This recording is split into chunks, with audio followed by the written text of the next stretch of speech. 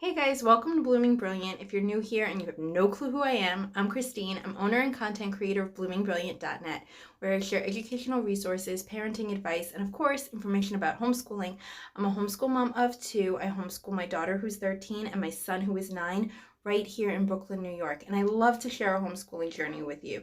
If you're new here and you're interested in homeschooling, then you're going to want to make sure to subscribe to our channel and ring the notification bell so you're alerted when we post new videos. So today we're going to be talking about tips that if you're working from home like I am and you're homeschooling, how to manage it all, because it is hard to be with your kids all the time and that doesn't stop when you're working. So how can you do it? How do you do it all? So one thing that really helps me is having set hours for my work day. My work used to be really flexible and I used to be able to work as like whenever I wanted, as long as I did a certain amount of hours. That changed. I have a schedule now, but even when my hours were flexible, I made sure that I did my job within a certain time frame. So usually I woke up really early and did most of my hours at a set time in the morning, and I was consistent with that because then I was able to set a schedule and say, this is a time where you cannot bother me. You cannot interrupt me because I'm working. And for me, that worked because my kids were asleep.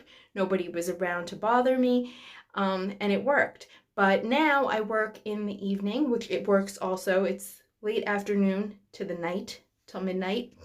And that does, but having set hours does really help.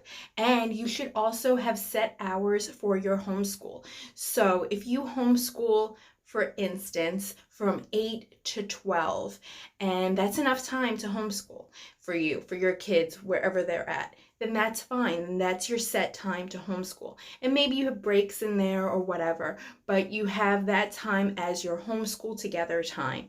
That really does help you have like non-negotiables when it comes to people popping in, when it comes to, if you have to work at a set time, like at that time that you already set aside for your homeschool, then you have to like work around it. You have to either make an exception or you have to say, no, I have a previous engagement at that time, depending on like how important it is or what you've got going on.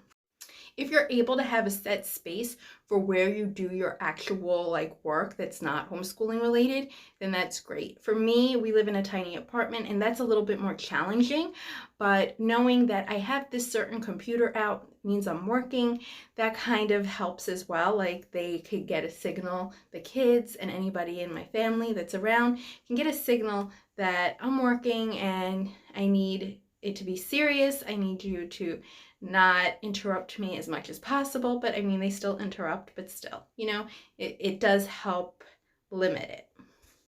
Another tip is to get dressed.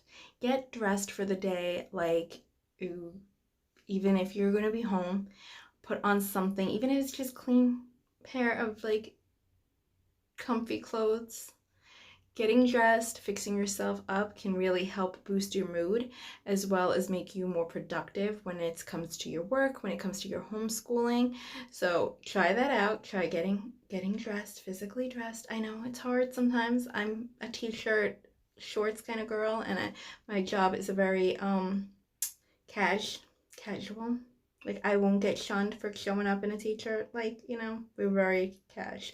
So I mean, that's fine, but fixing yourself up at least like sometimes makes you feel good. And my last tip is it's okay to take breaks. It's okay to take breaks from your work day, step away from the computer if it's a computer-based job, which most likely it is. You know, make sure you're connecting with your colleagues. Make sure that you are getting in some of that FaceTime and you're socializing outside of the home as well. I know these past couple of years have been difficult, but more and more of us are now homeschooling and now more and more of us are also working from home. So I figure that these tips might be helpful if you're navigating both of them. And these are things that I've been doing these past couple of years. Although I was working from home and homeschooling before the pandemic. But that's its own thing. It just helped me to keep sane, and it also continues to help me. So if you find yourself in this situation and are looking for tips, I hope these have helped you. If you have any tips of your own, put them in the comments section below. If you have any comments or questions, put them down there as well. If you like this video, make sure you give it a thumbs up. If you think that this could be beneficial for someone else, this video, make sure to share it. I appreciate it, and I'll see you tomorrow with another video. I hope you have a great day. I'll see you then. Bye.